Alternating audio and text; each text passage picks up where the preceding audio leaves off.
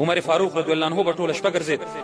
یو ورځ یو ځینې کافران راغلي، وایي زه د مسلمانانو خلیفه ګورو، دا به څوک وي، دا به څه رقم سړی ازبرای خدا، دا څنګه عمر دی چې د شپې زموږ بچیان چغې کوي، ښځه ورته وایي چې عمر راغی غلی شه، دا څنګه سړی دی چې ویې ګورو.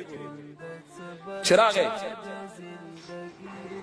د چا نه پوښتنه وکړه چې عمر فاروق به چېرته وایي، نو مدینه منوره کې هغه ورته ویل اوس د مسجد نبوي نه داسې ووتل. یهودیان چې داسې د مسجد نبوي نه د باندې ورپسې راووتل چې ګوري دی په شګو کې پروت دی، سر ته تیږه ایښې، څلوېښت ملکونه یې لاس لاندې، څلوېښت ملکونه یې د لاس لاندې دي. په دې ایران کې یو قوي جنګ وخت اول دلته را رسېدل،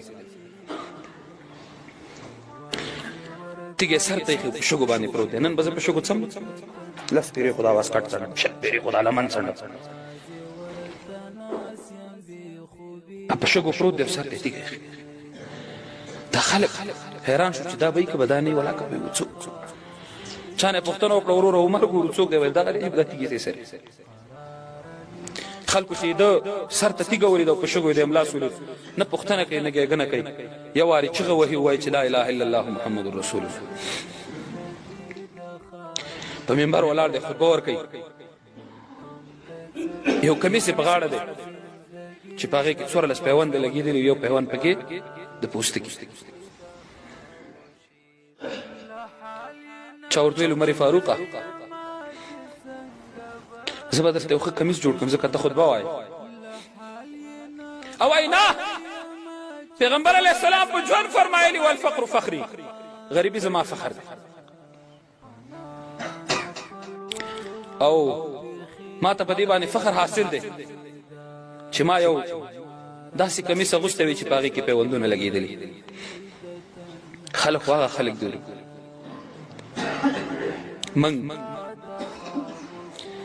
منګ به څه وکړو، تاسې به څه وکړو.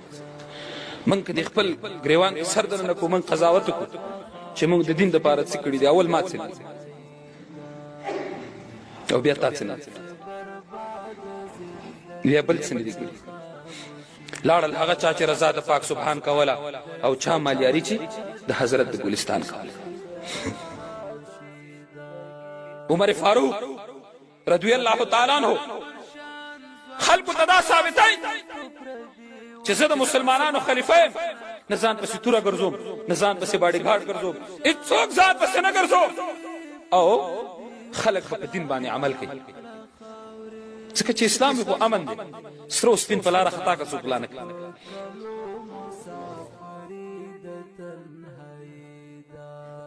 سهار جمع ته راغی، د شپې نه ظالم راغلی، په محراب کې ناست، توره په لاس، 40 صفه د مسلمانانو عمر فاروق رضی الله عنه پسې ولاړ دي، د سهار جمع ورکوي. د خلیفه بادشاه دا به جمع ورکوي. نن بادشاهان په مونځ نه پوهېږي، نن چې څونه اسلامي بادشاهان دي په اسلامي ملکونو کې په مونځ نه پوهېږي، په کلمه نه پوهېږي، په بسم الله الرحمن الرحیم نه پوهېږي. بسم الله الرحمن الرحیم دی به څه د مسلمانانو خلافت وکړه، دی به څه د مسلمانانو مشري وکړه، او دی به څه مسلمانان په ځان باندې راغونډ. عمر فاروق رضی الله عنه پسې 40 صفه مسلمانان ولاړ دي. دی چې کله په اول رکعت ودرېد، الحمد اخلاص کړه سورت فاتحه، تیاره وه په جومات کې چې څنګه یې سورت شروع کړ، دا ظالم را پاڅېده او په عمر فاروق رضی الله عنه د تورې ګزار فورا دی چې په ځان پوه شو چې ولوېد. عبدالرحمن ابن عوف رضی الله عنه او نور صحابه کرام ولاړ دي. فورا یو صحابي دغه په ځای منځه ته وړاندې کېږي او نور صحابه دی په شا کوي. راځه خبرې د هغه چا کوه چې چا ووهه دی څه شو. هغه 40 مسلمانان نور په توره وواله او ځان ته یې د صفونو کې لاره وکړه، او کله چې د جومات اخري سر ته راورسېد ځان ته یې توره کېښوده او د پاسه پیسم خپل ظالم فیصله کړه. عمر فاروق رضی الله عنه یې کور ته راوړه. عبدالله ابن عمر رضی الله عنه ورته شودې راخلي، د ده زوی دی او دی ورته شودې راخلي. کله چې ورته شودې ورکړې، هغه شودې د ده په زخمونو راووتې، د سینې په زخم یې راووتې. نو زوی ته یې مخ ته وکړه چې بچیا مسلمانان راغونډ که زه نور نه پاتې کېږم چې په خپل ځای باندې خلیفه الله کړه.